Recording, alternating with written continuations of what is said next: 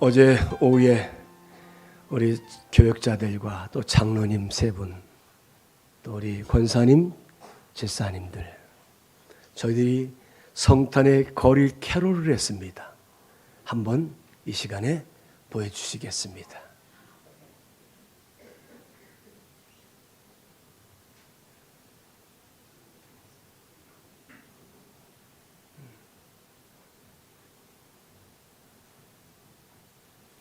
찬양은 없나요?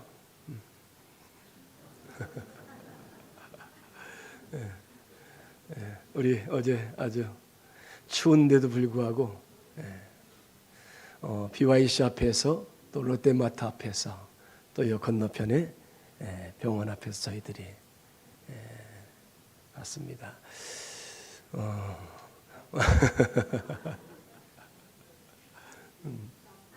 소리 좀 켜주세요.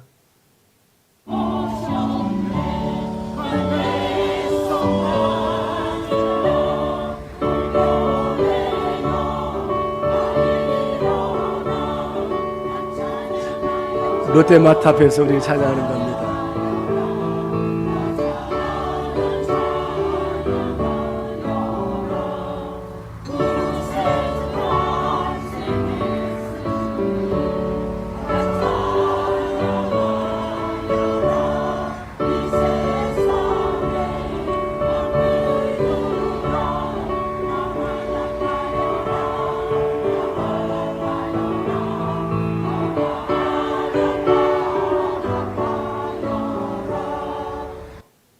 아멘. 우리 박수 한번 하겠습니다. 하나님 영광 돌려드리겠습니다. 자, 됐습니다. 네, 감사합니다. 따라서 하겠습니다. 누구를 기다리십니까? 우리는 대강절 지금 네 번째 주간을 맞이하고 있습니다. 여러분, 이 대강절 우리 두 단어만 여러분 기억하시면 됩니다. 따라서 합시다. 기다림, 만남. 여러분, 기다리다가 만남이 있는 그런 축복이 있는 이 성탄절 되시길 바랍니다. 이 대강절이라는 말은 여러분 이미 잘 아는 것처럼 도착하다, 온다는 뜻이지요. 그래서 라틴어의 어드벤투스라는 말을 여러분들에게 이제 누차 말씀을 드렸습니다. 이 직접적으로는 그리스도께서 이 땅에 오신다는 뜻을 가리키는 것이 어드벤투스라는 말의 의미인 것을 알 수 있습니다.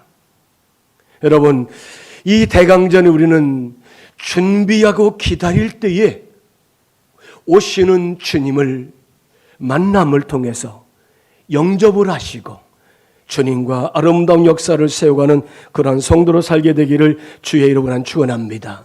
그렇기 때문에 이 교회 공동체는 주님의 오심을 기다리는 공동체다.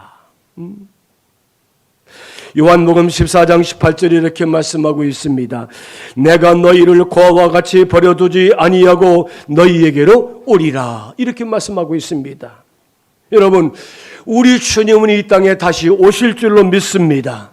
오시겠다고 말씀하셨어요. 내가 너희를 고아와 같이 내버려두지 아니하고 내가 다시 오리라. 오늘 이 성탄절에 오시는 주님을 우리 모든 성도들마다 기다림을 통해서 만나시고 영접할 수 있는 성도로 살게 되기를 바랍니다. 그러면 이 성탄절, 우리 대강절에 누구를 기다리십니까? 메시아를 기다리는 유대인들이 있었다는 사실을 알 수 있습니다. 우리가 미가서 5장 2절 말씀 같이 한번 읽겠습니다. 미가서 5장 2절. 베들레헴 에브라다야, 너는 유다 족속 중에 작을지라도 이스라엘을 다스릴 자가 내게서 내게로 나올 것이라. 그의 근본은 상고의 영원에 있느니라. 아멘. 여러분, 미가 선지자는 지금으로부터 2800년 전에 활동하던 선지자입니다. 우리가 성경에 보면 이사야 선지자를 알 수 있죠? 이사야 선지자와 같은 시대에 활동하던 선지자라는 것이죠. 그래서 미가 선지자는 미래에 다스릴 왕, 메시아 그리스도가 저 유대 땅 베들레헴, 에브라다 작은 동네에서 나실 것이라고 예언을 2800년 전에 이제 예언을 했다는 것입니다. 누가복음 2장에 보면 예수님께서 유대 땅 베들레헴 마구간에서 탄생하신 것을 우리가 누가복음 이제 2장 4절을 통해서 알 수 있습니다. 구약에 예언된 메시아의 오심에 대한 예언의 말씀이 완전히 어떻게 성취되어서 증거로 나타난 것이 이 누가복음 2장인 것을 알 수 있습니다. 우리가 성경을 보면은 창세기 마지막 부분에 야곱이 12 아들들을 불러놓고 축복하며 마지막 기도를 합니다. 그때에 유다라는 넷째 아들에게 이렇게 기도합니다. 창세기 49장 8절 유다야 너는 내 형제의 찬송이 될지라. 유다야 너는 내 형제의 찬송이 될지라. 내 손이 내 원수의 목을 잡을 것이요 내 아버지의 아들들이 내 앞에 절하리로다. 내 아버지의 아들들이 내 앞에 절하리로다. 여기 내 아버지의 아들들이 내 앞에 절한다는 말의 표현은 이 야곱의 아들들이 12아들이 이스라엘의 전체 지파를 형성하고 있습니다. 그러니까 11지파의 모든 자손들이 유다 지파 자손에게 나오실 왕이신 메시아, 그분을 경배하고 그분을 찬양하고 그분을 섬기는 이제 백성이 된다는 말씀으로 우리가 이 말씀을 이제 해석할 수 있습니다. 여러분, 유다라는 이름이 어떤 뜻을 가지고 있습니까? 따라서 합시다. 여호와를 찬양하라. 유다라는 이름은 여호와를 찬양하라. 이 야곱의 아내가 첫째 아들 루벤을 낳고 둘째 아들 시몬을 낳고 셋째 아들 레위를 낳았지만은 여러분 아들을 셋을 낳았으면 얼마나 기쁘고 즐겁고 행복합니까? 여러분 가정의 자녀들 빨리 결혼시키시기 바랍니다. 제 친구는 손녀를 하나 보더니 얼마나 좋아하는지 그래서 다 그 마음 내가 다 안다 그렇게 표현을 하죠. 그런데 앞으로 인천에서 아기들의 태어나면 했잖아요. 18세까지 1억을 준대요. 1억을 준대요. 날만 하신 분들은 많이 나시기 바랍니다. 여러분 땅을 파보세요. 1억이 나옵니까? 낳는 게 편할 거예요. 낳는 게 1억을 인천시장이 1억을 준다니까. 여러분 이 야곱의 아내가 첫째 아들, 둘째 아들, 셋째 아들을 낳고도 기쁨이 없어서 근심이 걱정이 많았어요. 그런데 넷째 아들 유다를 낳고 유다를 통해서 하나님의 위에 계신 하나님을 보게 된 줄로 믿습니다. 그리고 유다를 통해서 그 어머니가 하나님 앞에 어떻게 해요? 찬양하는 위대한 여인이 됐던 것을 우리 성경을 통해서 볼 수가 있습니다. 유다는 형제들이 요셉을 죽이자고 하잖아요. 창세기 보니까 늘 시기하는 아버지 야곱이 요셉을 그렇게 사랑하니까 형제들이 죽이려고 합니다. 우리 죽여버리자. 그때에 유다가 형제들에게 요셉을 죽여서 피 흘리는 것보다 그냥 팔아먹는 것이 낫겠다. 그래서 요셉의 생명을 구원하지 않습니까? 그래서 요셉이 저 애굽의 이스마엘 상인들에게 팔려가서 종살이하는 것을 볼 수 있어요. 창세기 37장 26절 유다가 자기 형제들에게 이르되 우리가 우리 동생을 죽이고 그 피를 덮어둔들 무엇이 유익하리요? 우리가 동생 요셉을 죽여버리고서 짐승 맹수들이 와서 그 동생을 이제 해쳤다고 그리가 묻어둔다고 그게 묻어둡니까? 그게 무슨 소용이 있습니까? 형제들을 설득을 해서 요셉을 죽이지 않고 이스마엘 상인들에게 팔았던 걸 볼 수 있습니다. 시간이 흘러서 먼 훗날에 이제 그 땅에 가뭄이 들어서 이 야곱의 가족이 애굽의 양식을 사러 갔을 때에 어쨌든 이 요셉이 애굽의 총이 되신 걸 볼 수 있습니다. 그래서 그의 막내 동생 베냐민을 노예로 포로로 잡혀서 이제 있을 수밖에 없는 그런 어려운 지경에 있을 때에 유다가 어떡합니까? 그 총리의 신 앞에 가서 꿇어 엎드려서 내 주여, 이 아들은 우리 아버지에게 생명 같은 아들입니다. 내가 종이 되겠습니다. 내가 당신의 내 주의 이제 노예가 되겠습니다 하고 종이 될 것을 자청했던 아들이 누굽니까? 그게 유다라는 거예요. 우리가 창세기 49장 10절에 보니까 이런 말씀이 있습니다. 규가 유다를 떠나지 아니하며 통치자의 지팡이가 그 발사에서 떠나지 아니하기를 실로가 오시기까지 이르리니 그에게 모든 백성이 복종하리로다. 이 규라는 말은 히브리어의 쉐베트라는 말인데 이건 지팡이라는 뜻입니다. 막대기라는 말, 지팡이 막대기. 그러니까 권력자들 왕이 가지고 있는 쥐봉 이제 호를 가리키는 것이 바로 이 쉐베트라는 말인 것을 알 수 있습니다. 다시 말해서 이스라엘의 유다 자손 가운데서 온 세상을 다스릴 왕이 나오고 모든 백성들이 그 왕이신 유다의 자손에 있는 왕에게 복종하고 섬기는 왕이 된다는 것을 예언한 것을 우리가 알 수 있습니다. 사랑하는 여러분, 유다 자손들은 2800년 전에 미가 선지자가 예언한 메시아에 대한 이제 예언을 2800년이 지나도록 끊임없이 기다리다가 오신 메시아를 저들이 영접하고 만난 줄로 믿습니다. 두 번째로 이 별빛을 따라가는 이방의 순례자들이 있었던 것을 볼 수 있습니다. 마태복음 2장 1절로 22절을 보니까 여러분 이 동방에서부터 별을 찾아서 이방 이제 예루살렘을 향해서 왔던 동방 박사들이 있습니다. 그렇습니다. 예수님의 탄생은 중대한 사건인 줄로 믿습니다.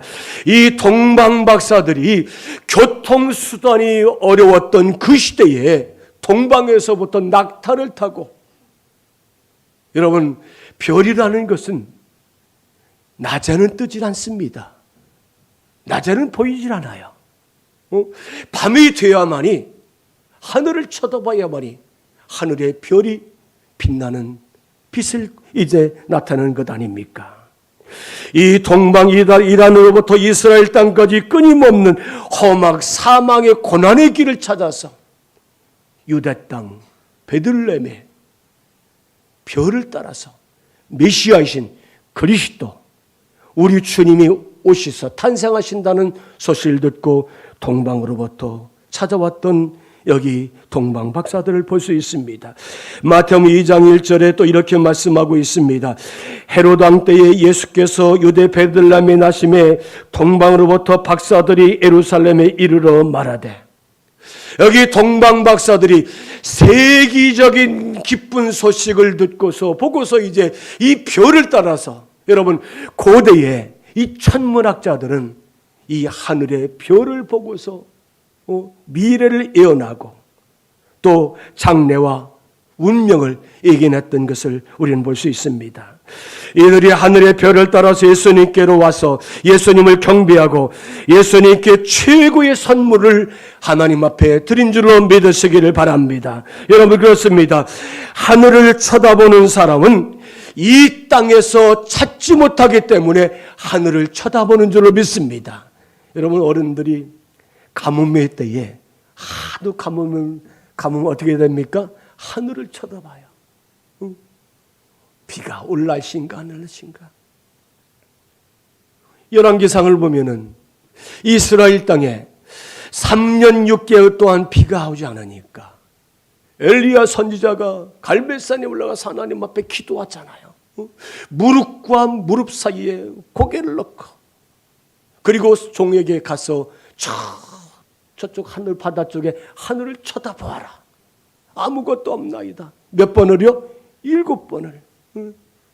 나중에는 손바닥만한 구름이 떠 있나이다. 아, 이것이 하나님이 이 땅에 비를 주실 축복의 징조라는 걸 알고서 기도하기를 그쳤을 때에 그 땅에 비가 내려서 이제 가뭄이 해결된 줄로 믿습니다. 그렇습니다.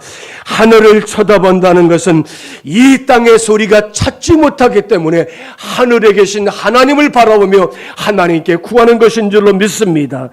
하늘의 별을 따라간다는 것은 인간의 욕구를 이제 추구한다는 뜻인 것을 우리가 알 수 있습니다. 여러분, 유대 땅 베들레헴의 마구간에 구유의 메시아이신 그리스도 아기 예수님이 탄생하셨습니다. 우리와 똑같은 인간의 모습을 가지고 오신 예수님이십니다. 핏덩어리예요. 여러분, 마구간에 말구에 누워 계신 이 아기, 희망이 있어 보입니까? 가능성이 보입니까? 전혀 보이질 않습니다. 똑같은 인생이고 우리와 똑같은 핏덩어리 아기인 것을 알 수 있습니다. 그러나 희망이 없어 보이고 가능성이 없어 보이지만은 아주 귀한 정성이 담긴 최고의 선물, 황금과 유향과 몰약을 아기 예수님께 드리며 경배하고 찬양했던 걸 볼 수 있습니다. 마태복음 2장 11절에 이렇게 말씀하고 있습니다.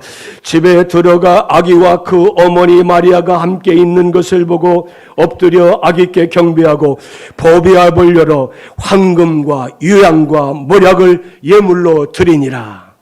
여러분, 값진 이제 최고의 예물을 구유에 누워있는 아기는 정말로 희망이 없어 보이고 가능성도 없어 보이지만은 이분이 메시아이시고 그리스도이시고 하나님의 아들이기 때문에 그분에게 최고의 경배와 예물을 드리며 찬양한 줄로 믿습니다.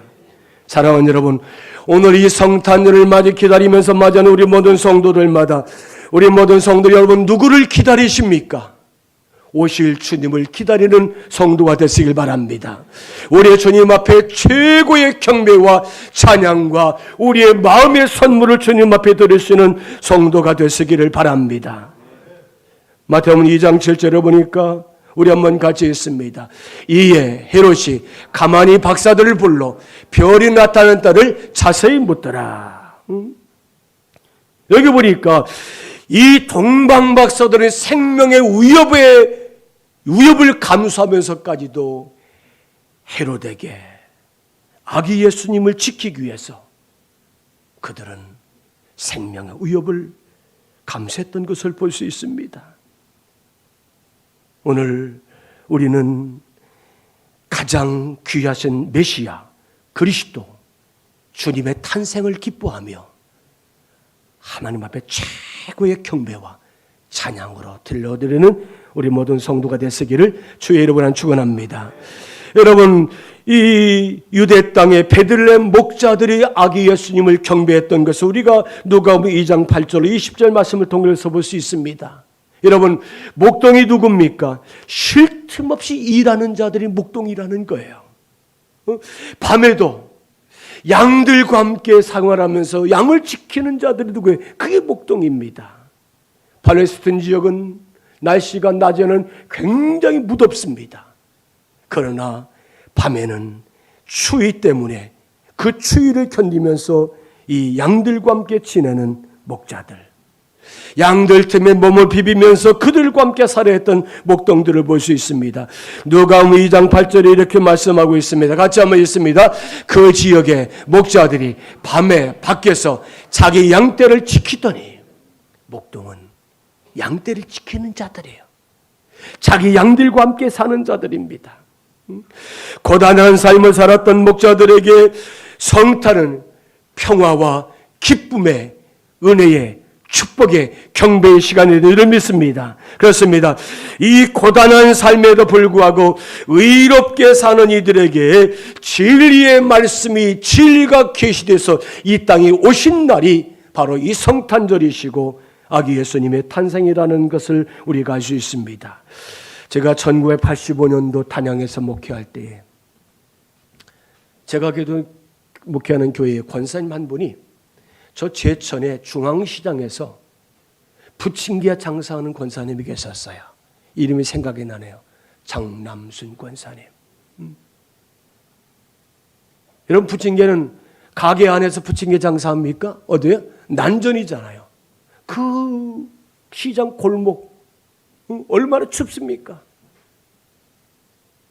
집에 가면은 따끈따끈한 부침개를 해가지고 전도사님 앉으세요. 그 권사님이 그 감자떡 같은 게 부쳐져 참 맛있던 것을 기억납니다. 그런데 이 앞치마 옷이 기름으로 누덕누덕 아주 묻어가지고 그 세월의 고단한 삶을 보여주는 그 누더기 앞치마 옷을 볼 수 있어요. 그 추우니까 끼어있고 끼어서 그렇게 기름이 튀면서 거기서 그 부침개를 팔아서 장사하던 권사님. 그런데 이 권사님이 토요일 날 되면은 제천에서 저녁에 이제 차를 타고서 학생들 통학하는 통학하는 버스 타고서 교회로 들어와요. 그리고 주일날 예배를 드리는데 그 부침개 장사에서 버는 돈이 얼마나 귀합니까? 11조를 띄고 또 월정헌금을 띄고, 월정헌금 기억나시죠? 월정 누런 봉투에다가 또 감사헌금도 하고, 또 가끔은 저에게 또 선물이라고 용돈도 주시더라고요. 그렇게. 그리고 주일날 되면은 저희 사모가 저희 집사람이 밥을 맛있게 쫙 차려주면은 한 그릇을 다 비우고 벌러덩 누워서 주무시기 시작합니다. 제가 신혼이었었어요. 그런데 그 얼마나 고단하시면은 이렇게 주일날 교회 오셔서 같이 식사를 하시고, 뭐 어머니 같은 할머니 같은 권사님이 있었죠. 이 갑자기 이 목자들 생각하니까 그 권사님이 생각납니다. 여러분, 이 권사님 뿐이겠습니까? 우리 교회에 우리 권사님들 집사님 마찬가지. 부지런히 자기 일에 충실하면서 고단한 삶 가운데서도 하나님 앞에 자기의 직업을 가지고 열심히 일하며 살았던 아름다운 모습. 이게 목자들이라는 거죠. 양을 지키면서 양들과 함께 지내면서 더위도 견뎌내고 추위도 무릅쓰고. 그러나 누가복음 2장 17절에 이렇게 말씀하고 있습니다. 2장 10절 말씀을 한번 같이 읽습니다. 2장 10절 말씀. 천사가 이르되 무서워 말라. 보라, 내가 온 백성이 비칠 큰 기쁨의 좋은 소식을 너희에게 전하노라. 11절. 오늘 다윗의 동네에 너희를 위하여 구주가 나셨으니 곧 그리스도 구주시니라. 아멘. 여러분, 밤에 양떼를 지키는데 천사들이 와서 이 목자들에게 베들레헴 마구간에 아기 예수님 메시아가 탄생했다는 소리 듣고서 목자들이 달려가서 아기 예수께 경배하고 엎드려 절했던 것을 볼 수 있습니다. 여러분, 희망이 없는 기다림 속에서 하늘에 하나님의 천사들의 음성이 들렸을 때에 이 천사들이 목자들에게 그리스도가 탄생했다는 기쁨의 소식을 전해주었고요, 그들은 동네로 들어가서 아기 예수께 경배하며 찬양했던 것을 볼 수 있습니다. 사랑하는 여러분, 주님의 오심을 기다리며 만남을 통해서 찬양할 수 있는 여러분들의 아름다운 신앙이 되시기를 주의 이름으로 축원합니다. 네 번째로 오늘 본문에 보니까 이 성전에서 메시아를 기다리던 시몬과 안나가 있습니다. 시몬은 어떤 사람입니까? 성령 충만해서 감동된 삶으로 성전에 들어가서 아기 예수님이 탄생하기까지 기다렸던 사람이 이 시몬이에요. 2장 25절. 예루살렘에 시몬이라는 사람이 있으니 이 사람은 의롭고 경건하여 이스라엘의 의를 기다리는 자라. 성령이 그 위에 계시더라. 여러분, 의롭고 경건해서 일생 동안의 성전에서 기도하던 성령 충만했던 시몬이 아기 예수님 메시아 구주가 탄생을 기다리다가 그 탄생하신 아기 예수님을 제사할 때에 가슴에 안아보는 그런 축복을 얻게 된 줄로 믿습니다. 2장 28절 시몬이 아기를 안고 하나님을 찬송하여 이르되, 여러분 이 땅에 오신 메시아를 가슴에 안고 하나님을 찬양하는 여기 시몬을 한번 상상해 보시기 바랍니다. 시몬은 주의 구원을 받고요 만민에게 예비하신 것이라고 찬양하는 것을 볼 수 있습니다. 29절 말씀, 주제여 이제는 말씀하신 대로 종을 평안히 놓아주시도다. 주님, 내가 이제 주님을 만났으니 이제 내가 편안히 잠들어도 좋겠습니다. 제가 오늘 아침에 묵상을 하는데 왜 사람들이 이 세상에서 삶을 정리하고 세상을 떠날까? 여러분 왜 사람이 죽는다고 생각하십니까? 따라서 합시다. 사명이 끝나면 하나님이 불러주십니다. 사명이 끝나면 오래 살고 싶습니까? 오래 살고 싶습니까? 어떻게 해요? 부지런히 사명을 감당하시는 성도가 되시기 바랍니다. 이 진리예요, 진리. 사명이 끝나면은 너 수고했다. 자, 올라와라. 내 품 안에서 쉬어라. 우리는 정말 여기 이 시몬과 같이 아기 예수님의 탄생을 기다리면서 경건하고 의롭게 살았던 이 시몬이 탄생하신 아기 예수님을 가슴에 안아보고 하나님께 찬송을 드리고, 하나님 이제 나를 거두어 주시길 바랍니다. 나를 놓아주시길 바랍니다. 이 시몬이에요. 이 시몬은 아기 예수님을 가슴에 안아보고, 주님, 하나님, 이제는 나는 죽어도 여한이 없습니다. 그게 시몬의 마지막 고백이라는 거예요. 우리 모든 성도들마다 건강하신 가운데 하나님 앞에 사명을 다하시면서 충성하시다가 호련히 하나님 앞에 부름받는 성도가 되시길 바랍니다. 그렇게 기도하세요. 주님, 이 땅에 살다가 정말로 주님을 우리가 재림하시는 주님을 만날 때 내가 재림할 그날까지 살게 해달라고. 재림하시는 주님 그날까지. 자신이 없으면 여러분 충성하시기 바랍니다. 사명을 가지고 충성할 때 우리가 하나님이 우리의 생을 책임져 주실 줄 믿습니다. 여러분, 안나라는 선지자는 어떤 사람입니까? 일생 동안 성전에서 떠나지 않고 주야로 밤낮 금식과 기도하면서 메시아를 기다렸던 할머니 안나 선지자. 그도 역시 마지막에 아기 예수님을 안아보게 됩니다.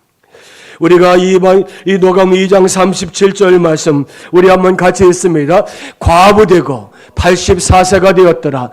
이 사람이 성전을 떠나지 아니하고 주야로 금식하며 기도함으로 섬기더니, 여러분 외롭게 남편도 잃고요. 남편과 8배 살았어요. 70년 이상 혼자서 살는 100세 가까운 이 할머니 안나 선지자. 성전에서 이렇게 금식하며 기도하며 살았던 안나도 아기 예수님을 가슴에 안아보는 은혜를 받고요. 그 은혜를 누렸던 것을 볼 수 있습니다. 우리 권사님들 그래요. 날 풀리고 길이 미끄럽자면은 어디 와서 계셔야 돼요? 교회 와 계세요. 교회 와서. 제가 여기 군포에서 목회할 때 그 부곡교회라는 큰 교회 한 1,500명 모이는 큰 교회인데 아주 한 방을 따뜻하게 방을 크게 해놓고 거기다가 주방 시설을 넣고 쌀도 갖다 놓고 김치도 갖다 놓으니까 그 어르신들이 한 3, 40명 있죠. 매일 아침 11시에 대해서 거기서 모여서 기도하고 예배 드리는 거예요. 그리고 또 뭐합니까? 밥을 지어서 같이 드시고요. 하루 종일 교회에서 기도한 이 구석 교회 구석구석 들어가서 기도하시다가 또 이 방에 오셔서 같이 또 나누시고 따뜻하게 또 지내시는 그런 모습을 보면서 이 참 좋은 장소를 우리 어르신들에게 허락하셨구나. 그래요.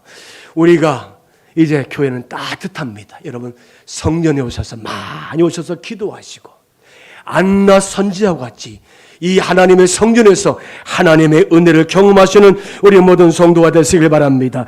여기 시므온과 안나는 어떻습니까? 일생 동안 자기의 일에 충실하면서 이제 하나님 앞에 정결하고 깨끗한 믿음을 가지고 경건한 신앙을 가지고 주님을 기다렸을 때 주님을 만나게 된 줄로 믿습니다. 사랑하는 여러분, 여러분들은 누구를 기다리십니까? 세상을 구원하실 메시아, 우리 그리스도, 구원자 예수 그리스도, 그분을 기다리시다가 그분이 오시면 만나시고 영접하시고 우리 예수님과 함께 행복한 아름다운 영적인 삶을 사는 우리 모든 성도가 되시기를 주님의 이름으로 간절히 축원합니다.